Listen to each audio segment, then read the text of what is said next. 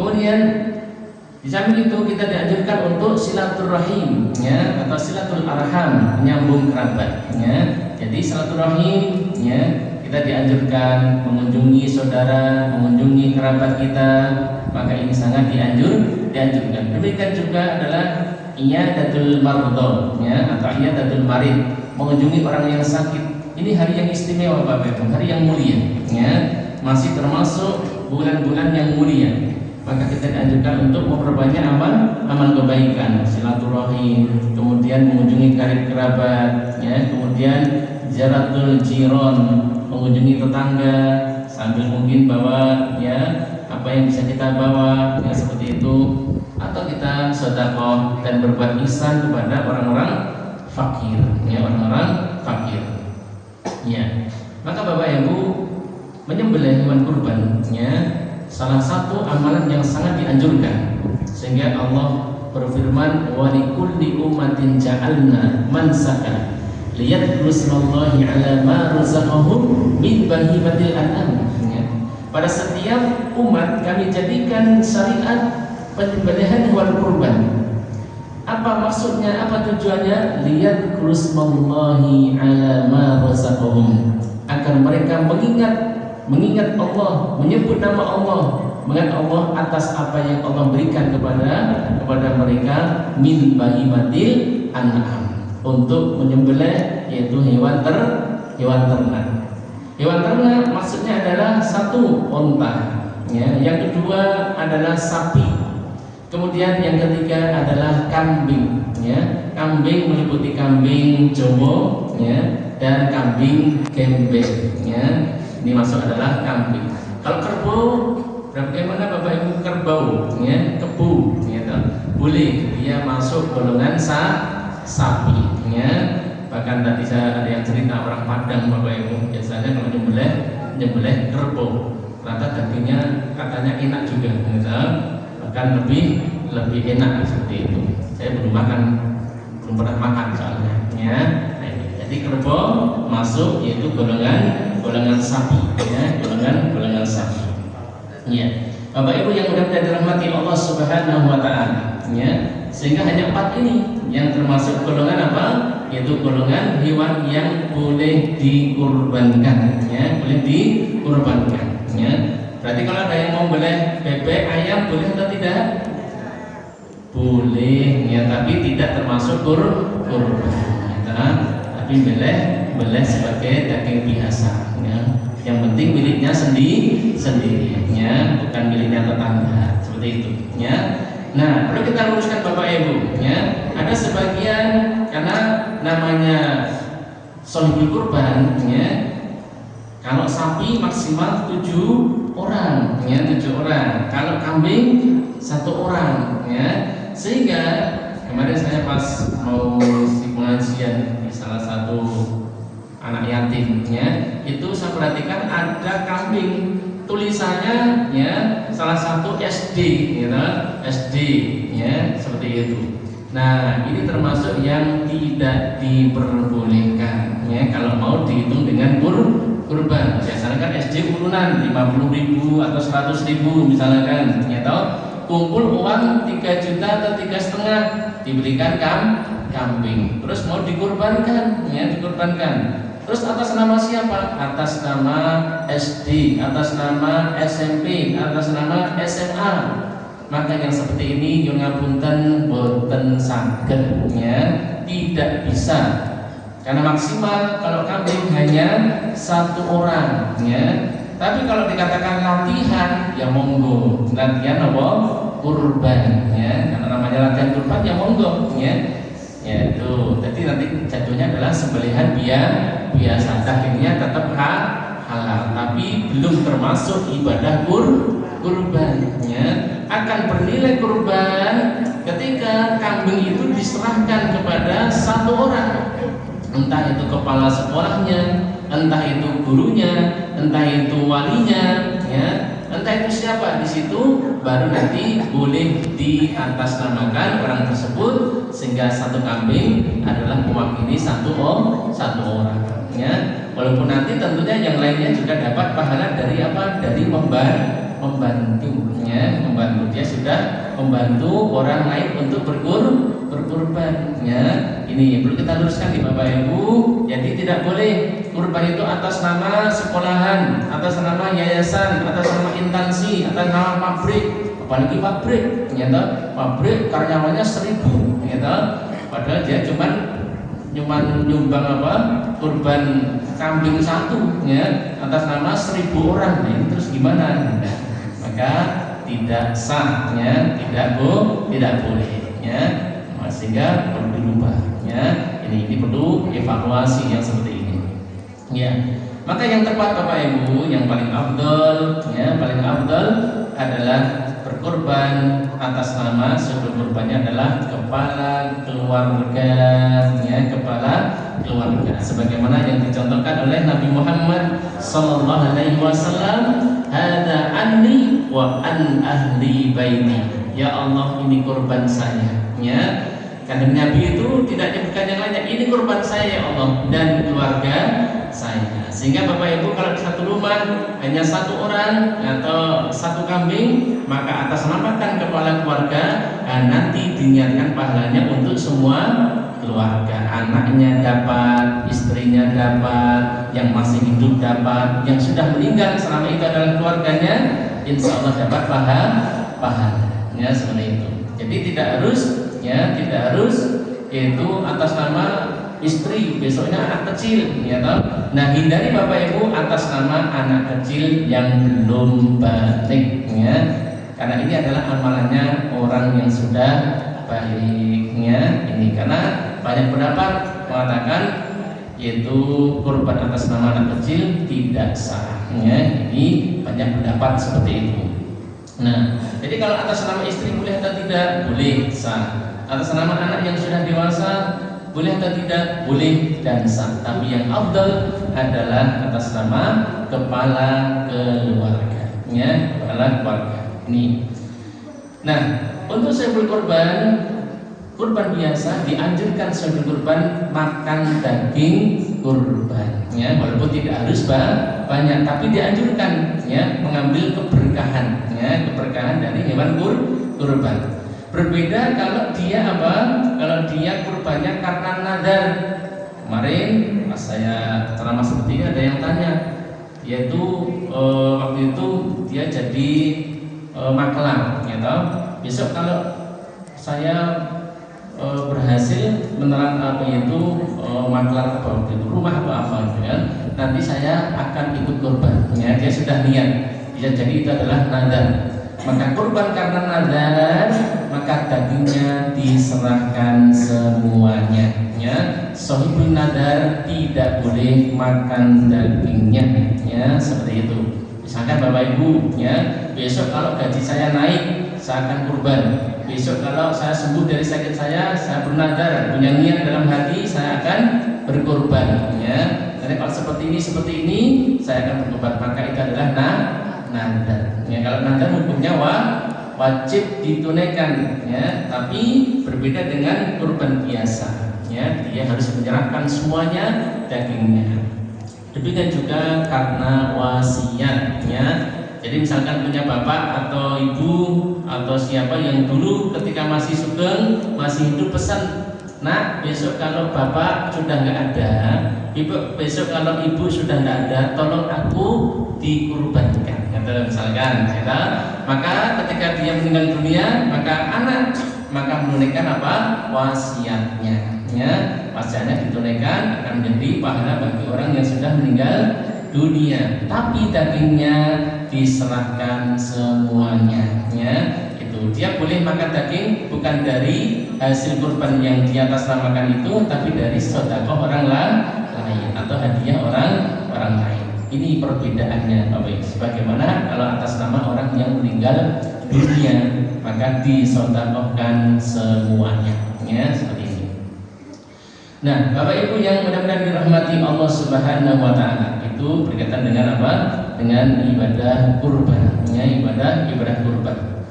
Allah mengingatkan, inna a'tainakal kautsar fasholli li rabbika wanhar inna syani'aka huwal abtar. Allah sebelum memerintahkan untuk sholat, memerintahkan untuk nahr atau berkurban, Allah mengingatkan tentang nikmat Bapak Ibu, ya. Maka inilah salah satu hikmah, ya. Hikmah disyariatkannya ibadah kurban agar kita itu mengingat atas nikmat yang Allah berikan kepada kita, ya. Sesungguhnya kami Allah telah berikan nikmat yang banyak kepada engkau. Kemudian Allah perintah fasolli, maka sholatlah. Maka wujud Bapak Ibu kita bersyukur kepada Allah atas nikmat sehat, nikmat umur panjang, ya. Kemudian nikmat harta, kita bisa punya harta, punya uang, punya mobil, punya rumah, punya kendaraan. Maka wujudkan syukur kita dengan cara berkurban, ya. Jadi satu dengan cara sholat, yang kedua dengan cara kurban. Ketika Rasulullah SAW ditanya, karena Rasulullah itu kalau sholat sendirian Bapak Ibu itu panjang sekali di rumahnya. Kalau sholat sendirian di rumahnya beliau sholatnya panjang. Kita tidak akan mampu menandingi Nabi Muhammad SAW dalam hal ibadah. Hatta tarimat qadamahu, sampai kedua kakinya itu bengkak. Bagaimana tidak bengkak Bapak Ibu? Satu rakaat pernah itu sampai baca surah Al-Baqarah Bapak Ibu. Itu satu rakaat. Bapak Ibu kalau sholat dahulu sak rakaat iku macane surat nopo? Ya, Al-Ikhlas nopo? Al-Kautsar, ya kan? Nah, kita paling banter ya inna a'taina, ya, sama qul huwallahu ahad, ya.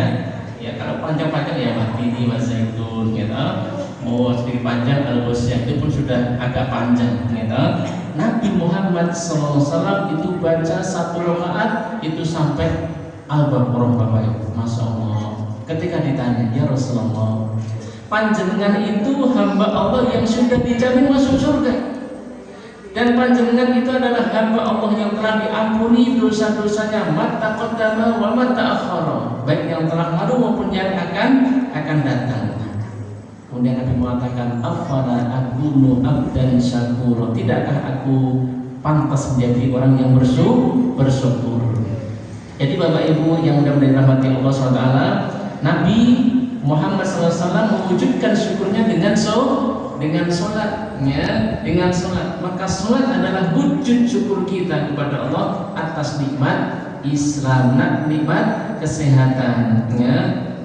Sehingga nanti Bapak Ibu di hari kiamat, ya, waqad kanu yud'auna ila sujudi wa hum salimun. Ketika orang-orang yang di dunianya, ngapunten Bapak Ibu, kok enggak mau sholat, enggak mau ibadah, ketika nanti di hari kiamat diuji oleh Allah untuk sujud, untuk rukuk, untuk sholat, mereka enggak mau sholat. Karena apa? Enggak bisa sholat. Karena apa? Karena mereka dulunya ketika di dunia mereka tidak mau menjalankan ibadah wahum salimun, padahal mereka orang yang sehat, ya. Maka Bapak Ibu monggo kula panjenengan anak-anak kita, ya, keluarga kita, ya, kita anjurkan dan kita nasihati Bapak Ibu untuk apa? Sholat, ya, sholat, ya. Kalau anak-anak kita wajib bagi orang tua untuk mendidik anak-anaknya agar mereka mau sholat, ya, karena sholat adalah kewajiban sebagai orang muslim, ya. Kemudian wanhar, dan berkurbanlah. Nah, Bapak Ibu yang mudah-mudahan dirahmati Allah SWT, nahr itu adalah sembelihan untuk unta, ya, untuk unta maka dinamakan dengan nahr. Adapun untuk hewan sapi dan kambing maka dengan cara dabuh, ya, dengan cara dabuh. Dabuh itu adalah kambing atau sapinya direbahkan kemudian baru digorok, ya, bisa dengan maju atau dengan cara ditarik, ya. Tapi kalau ontanya berdiri, ya, ontanya berdiri, nyembelihnya dengan cara apa? Berdiri. Itu nyembelih namanya apa? Nahar, ya. Ada yang ketiga Bapak Ibu namanya akor. Ini khusus, ya, untuk hewan-hewan yang susah dijinakkan, liar, susah ditangkap. Bagaimana caranya? Dengan cara akor dilempar dengan yaitu senjata yang tajam, pisau, tombak, panah atau apa yang bisa melukai. Kalau nanti hewannya jatuh, baru kemudian kita sembelih, ya, sembelih. Ini cara yang ketiga khusus untuk hewan-hewan yang liar, ya, hewan-hewan yang liar seperti itu. Sehingga Bapak Ibu yang mudah dirahmati Allah SWT, ya, mari mewujudkan syukur kita kepada Allah Subhanahu wa Ta'ala.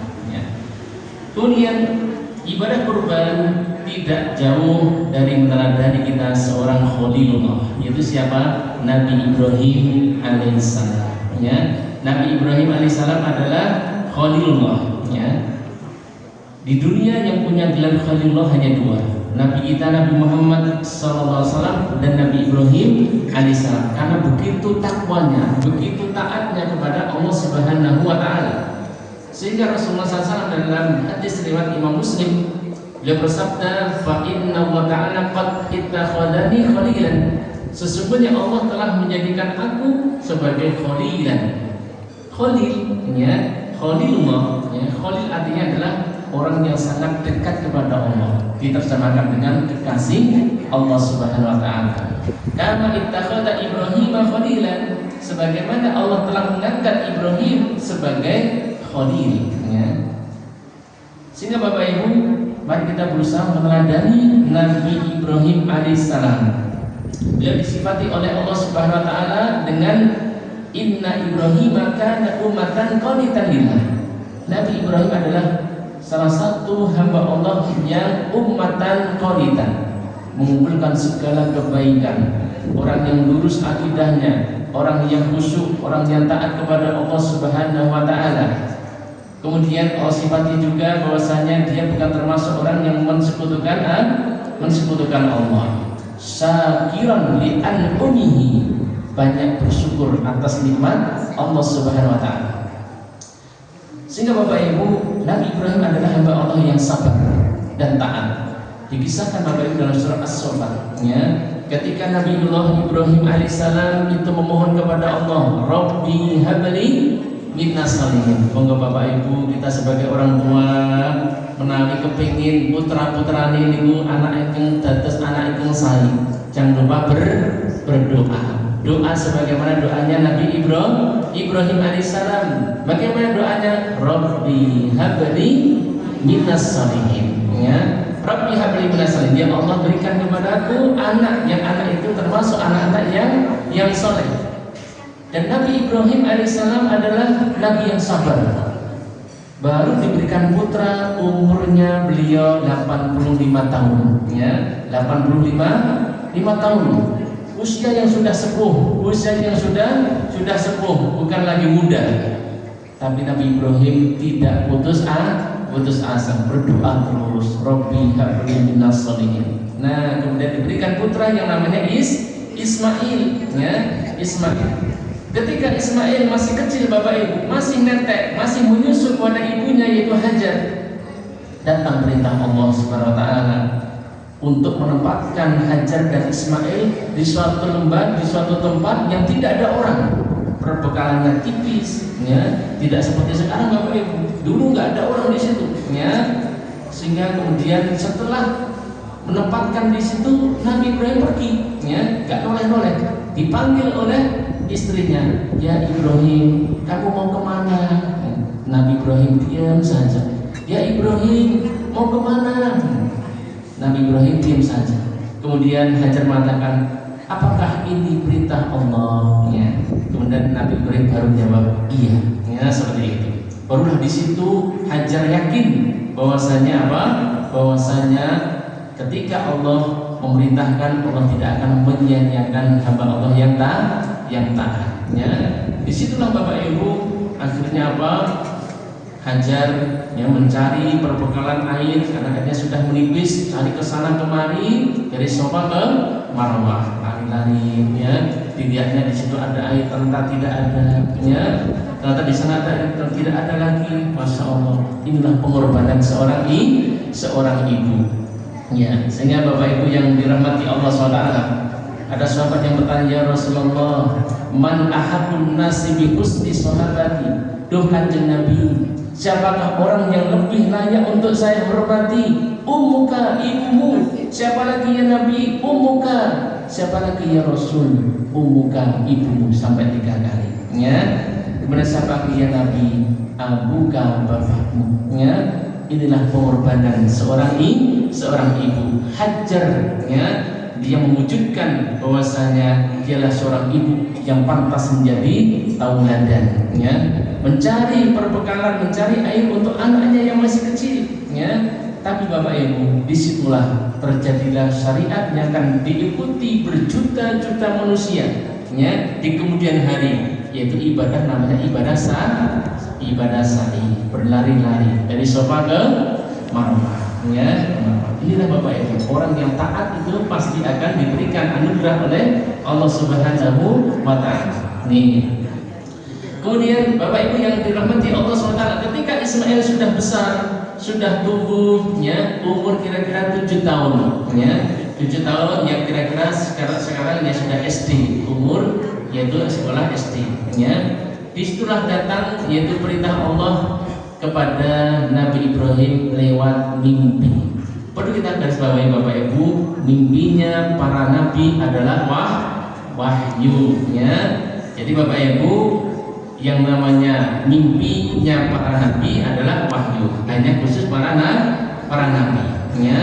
Ini maka kalau ada orang sekarang kok mimpi, maka mimpi itu macam-macam. Ada yang bisa ditakwil ya, ada yang bisa ditakwil karena mimpinya macam-macam. Ada mimpi karena ketonto ya. Bapak Ibu pernah nggak mimpi karena ketonto ya, melihat sesuatu di dunia nyata terbawa dalam mimpi, itu namanya ketonto ya. Dulu saya punya teman habis nonton sepak bola Bapak Ibu, malamnya itu mimpi tidur sampai nendangi siapa ya, teman-temannya. Itu namanya mimpi karena ketonto ya, seperti itu.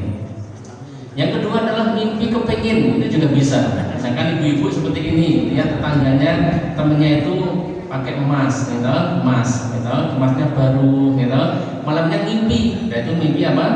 Kepengin, mimpi kepengin.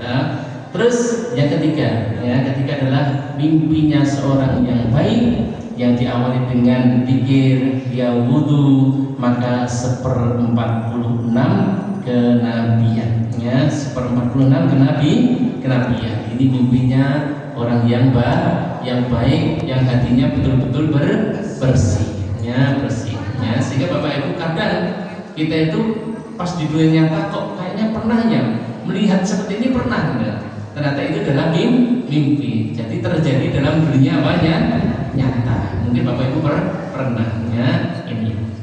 Nah, Nabi Ibrahim mimpi, dan mimpi itu diceritakan kepada anaknya. Ya bunayya, wahai anakku, inni ara fil manam anni adbahuka. Sesungguhnya aku bermimpi, dalam mimpi itu aku menyembelih engkau. Fanzur madza tara, bagaimana pendapatmu?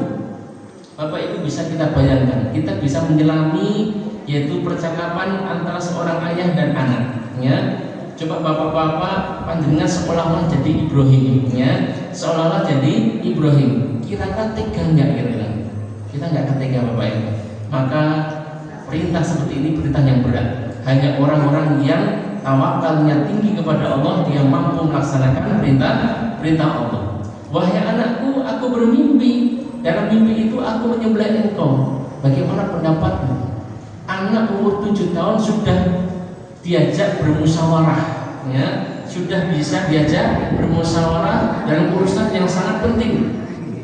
Tapi karena Nabi Ismail Bapak Ibu adalah anak yang saleh, dia mengatakan seperti ini, ya abadi, wahai bapakku, if'al ma tu'mar, monggo panjenengan laksanakan perintah Allah ya. Satajiduni insyaallah minas sabirin, dan engkau akan dapati aku insyaallah termasuk orang-orang yang sabar. Monggo dipun laksanakan, dikerjakan perintah Allah, dan saya insyaallah akan menjadi orang yang sabar. Coba Bapak Ibu ya, anak 7 tahun Bapak Ibu ya, itu sudah bisa berpikir dewasa ya. Dan ini ya, jangan sekali-kali kita dengan anak kita Bapak Ibu, nak ya, saya mimpi menyembelih engkau nak. Nanti bisa anaknya bisa bapak dulu aja. Nah, Bapak Ibu yang dirahmati Allah SWT, sampai dikisahkan Bapak Ibu, ketika Nabi Ibrahim sudah membawa Ismail, sudah mau dinges Bapak Ibu ya, sudah dibawa suatu tempat, sudah mau dinges ya, mau digorok itu ya. Itu dalam tafsir disebutkan waktu itu Nabi Ismail pakai pakaian putih ya, pakai pakaian putih. Dia mengusulkan kepada bapaknya, wahai bapak, saya tidak punya kain putih selain baju yang saya pakai ini, monggo dicopot ya, silakan dicopot. Nanti kalau saya mati, tolong saya dikafani dengan baju ini ya, dengan baju ini. anak 7 tahun sudah bisa berpikir seperti itu. Kok bisa ya? Kok bisa ya? Anak kita zaman sekarang kan nggak sampai Bapak Ibu umur seperti itu, nggak bisa nalar, nggak bisa masuk gitu kan. Ya, tapi inilah Bapak Ibu seorang anak yang soleh. Pelajaran bagi kita Bapak Ibu. Ketika kita kepingin mempunyai anak-anak seperti Ismail, maka jadilah kita orang tua sebagaimana Ibrahim. Ya, anak yang soleh adalah turunan dari orang tua yang soleh. Ya, yang soleh. Anak tidak akan jauh dari orang tuanya, sebagaimana buah tidak akan jauh dari pohonnya. Ya, ini cuman sekarang kan banyak orang tua lupa, ya, anaknya nakal, ndablek, gitu, anaknya sopo lagi, dari anaknya dewi, gitu. Nah, namanya orang tua lupa, ya. Sehingga Bapak Ibu pelajaran bagi kita, ibda binafsika. Ketika kita ingin mempunyai anak-anak yang soleh, yuk orang tuanya mempelopori menjadi uswatun hasanah dalam keluarga kita, menjadi orang yang soleh. Kepingin anaknya sergap sholat, wong tuane kudu sergap napa? Sholat. Kepingin anaknya rajin baca Quran, orang tuanya juga harus rajin belajar, rajin baca Quran. Karena anak Bapak Ibu akan mengikuti apa yang dilihat. Kalau cuma dituturi Bapak Ibu, cuma dengan kata-kata yang ngapunten Bapak Ibu, ya, kalah kata-kata itu, ya. Apalagi sekarang zamannya HP, ya. HP itu Bapak Ibu, kalau anak sudah pegang HP, dipanggil sekali nggak jawab, ya, gitu. Sama orang tuanya Bapak, Lena, gitu kan, sekali nggak jawab, 2 kali nggak jawab, gitu. Coba kalau yang panggil HP, gitu, lalu tulis langsung apa?